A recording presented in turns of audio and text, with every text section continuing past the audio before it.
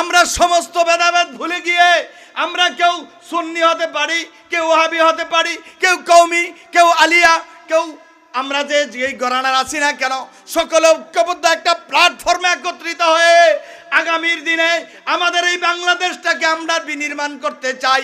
একটা সন্ত্রাস মুক্ত, মাদক মুক্ত এবং বৈষম্য মুক্ত একটা বাংলাদেশ গড়তে চাই। ঠিক আছে? আমাদের সৈয়দ মুকাররম বারী হাফিজাহুল্লাহ ওনার কাছে আহ্বান জানাবো, আজকে আমাদের যুবকদের কাছে একটা মেসেজ পৌঁছে দিতে হবে। আগামীর বাংলাদেশটা বড়, আমরা চিন্তা করতেছি আগামীর বাংলাদেশ নিয়ে। এই বাংলাদেশে আলেম ওলামাদের কদর ছিল না, কোরআন প্রেমিকদের কদর ছিল না, রাসূল প্রেমিকদের কদর ছিল না। সমস্ত ঘরানার আলেম আমরা দেখেছি তাদেরকে কি করা হয়েছে, নিপীড়ন করা হয়েছে। তাই আজকে আমার প্রিয় ভাই সৈয়দ মুকাররম বারী হাফিজাহুল্লাহ ওনাকে সামনে রেখে আমি বলতে চাই, আমরা আগামী দিনে আমরা কেউ সকলেই এক, আমাদের মৌলিক বিষয়গুলিতে আমি একমত আছি। আমরা এজন্যে যদি প্রয়োজন হয় আমরা সকলে মিলে ঐক্যবদ্ধ হয়ে সমস্ত উলামায়ে কেরাম, আর কেউ কার বিরুদ্ধে আমরা ফতোয়া দেব না। আমরা যেহেতু আমাদের আল্লাহ এক, আমাদের রাসূল এক, এক কাবা, এই সেই মক্কা, সোনার মক্কা, সেই মদিনা, সবগুলি আমাদের এক।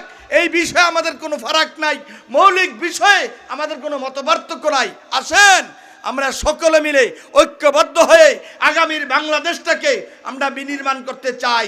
শুধু এক শ্রেণীর নাস্তিক, মুরতাদ, দেশদ্রোহী এবং যারা বেগম পাড়ায় বাড়ি বানায়, আমাদের বাংলাদেশের সমস্ত টাকাগুলি যারা পাচার করে নিয়ে যারা বিদেশে পাড়ি জমায়, আমরা এই সমস্ত মানুষের চাই না। আগামী দিনে চাই কোরআন প্রেমিক, রাসূল প্রেমিক, ইসলাম প্রেমিক। আপনারা কি তাতে রাজি আছেন?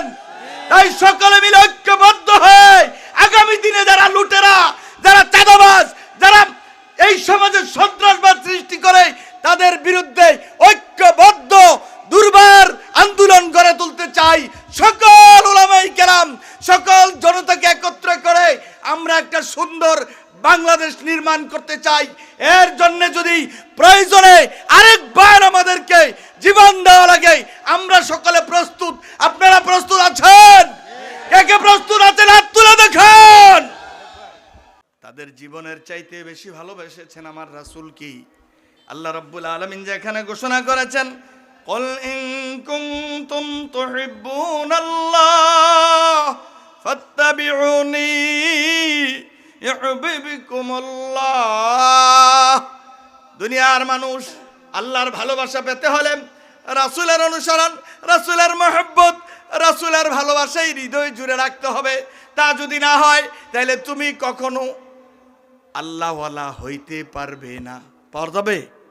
আমরা সকলেই আল্লাহওয়ালা হতে চাই, সকলেই আশিকে রাসূল হতে চাই। যদি হয় তাহলে সে আদর্শকে আমাদের অবশ্যই কি করতে হবে? ধারণ। আমার বন্ধুরা, আপনারা জানেন উহুদের ময়দানে যখন উহুদের যুদ্ধ শুরু হয়ে গেল, আমার নবী সাল্লাল্লাহু আলাইহি সাল্লামের উপর যখন তীর আসতে শুরু করে দিল, রাসূল সাল্লাল্লাহু আলাইহি সাল্লামের সাহাবীদের ভালোবাসার নমুনা দেখেন, কত ভালোবেসেছে আমার নবীকে। বন্ধুরা, হযরত তালহা রাদিয়াল্লাহু তাআলা আনহু ভালো তীরন্দাজ ছিলেন। তিনি আমার রাসূল সাল্লাল্লাহু আলাইহি সাল্লামকে আগলে রাখলেন।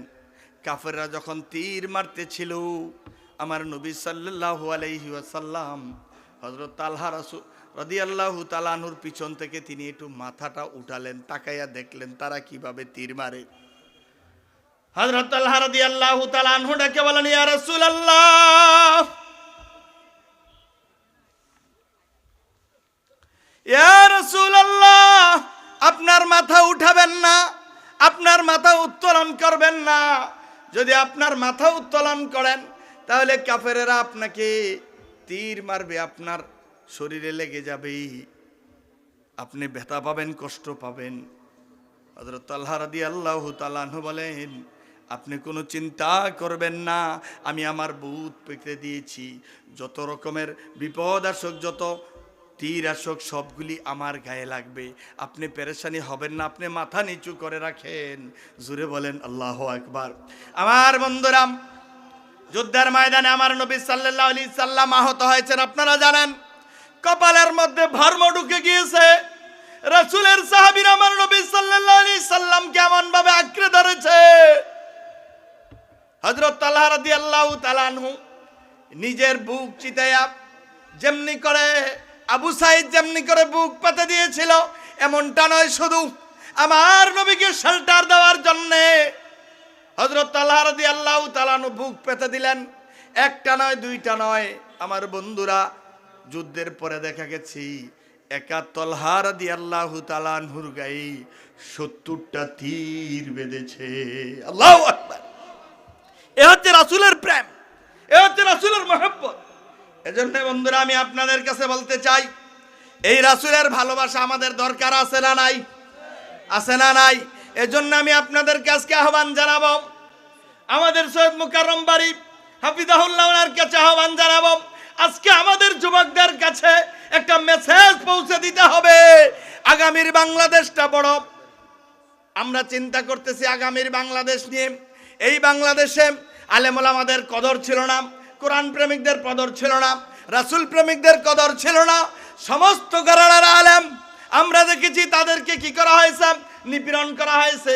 তাই আজকে আমার প্রিয় ভাই সৈয়দ মুকাররম বাড়ি হাফিজাহুল্লাহ ওনাকে সামনে রেখে আমি বলতে চাই, আমরা আগামী দিনে আমরা কেউ সকলেই এক, আমাদের মৌলিক বিষয়গুলিতে আমি একমত আছি।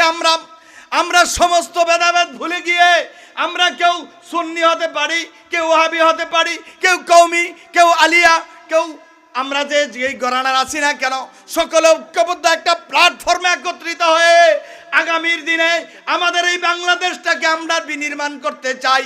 একটা সন্ত্রাস মুক্ত, মাদক মুক্ত এবং বৈষম্য মুক্ত একটা বাংলাদেশ গড়তে চাই। ঠিক আছে? এজন্যে যদি প্রয়োজন হয় আমরা সকলে মিলে ঐক্যবদ্ধ হয়ে সমস্ত উলামায়ে কেরাম, আর কেউ কার বিরুদ্ধে আমরা ফতোয়া দেব না। আমরা যেহেতু আমাদের আল্লাহ এক, আমাদের রাসূল এক, এক কাবা, এই সেই মক্কা, সোনার মক্কা, সেই মদিনা, সবগুলি আমাদের এক। এই বিষয়ে আমাদের কোনো ফারাক নাই, মৌলিক বিষয়ে আমাদের কোনো মতপার্থক্য নাই। আসেন আমরা সকলে মিলে ঐক্যবদ্ধ হয়ে আগামীর বাংলাদেশটাকে আমরা বিনির্মাণ করতে চাই। শুধু এক শ্রেণীর নাস্তিক, মুরতাদ, দেশদ্রোহী এবং যারা বেগম পাড়ায় বাড়ি বানায়, আমাদের বাংলাদেশের সমস্ত টাকাগুলি যারা পাচার করে নিয়ে যারা বিদেশে পাড়ি জমায়, আমরা এই সমস্ত মানুষের চাই না। আগামী দিনে চাই কোরআন প্রেমিক, রাসূল প্রেমিক, ইসলাম প্রেমিক। আপনারা কি তাতে রাজি আছেন? তাই সকলে মিলে ঐক্যবদ্ধ হয়ে আগামী দিনে যারা লুটেরা, যারা চাঁদাবাজ, যারা এই সমাজে সন্ত্রাসবাদ সৃষ্টি করে, তাদের বিরুদ্ধে ঐক্যবদ্ধ দুর্বার আন্দোলন গড়ে তুলতে চাই। সকল উলামায়ে কেরাম, সকল জনতাকে একত্র করে আমরা একটা সুন্দর বাংলাদেশ নির্মাণ করতে চাই। এর জন্য যদি প্রয়োজনে আরেকবার আমাদেরকে জীবন দেওয়া লাগে, আমরা সকলে প্রস্তুত।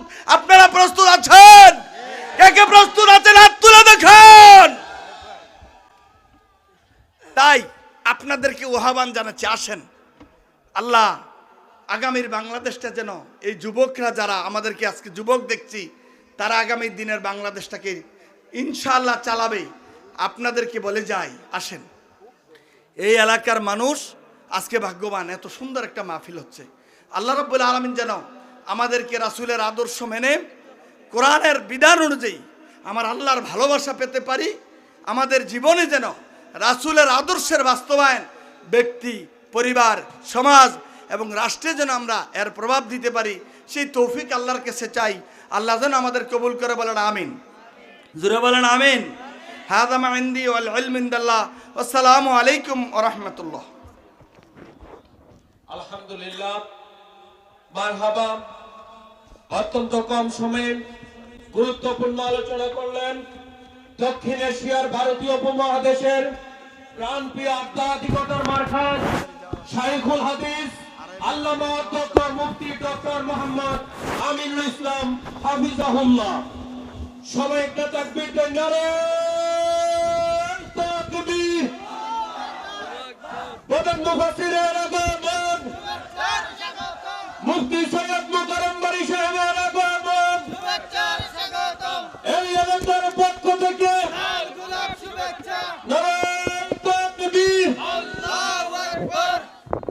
সম্মানিত এলাকাবাসী, যারা এখনো রাস্তাঘাটে দিক সেদিক ঘোরাফেরা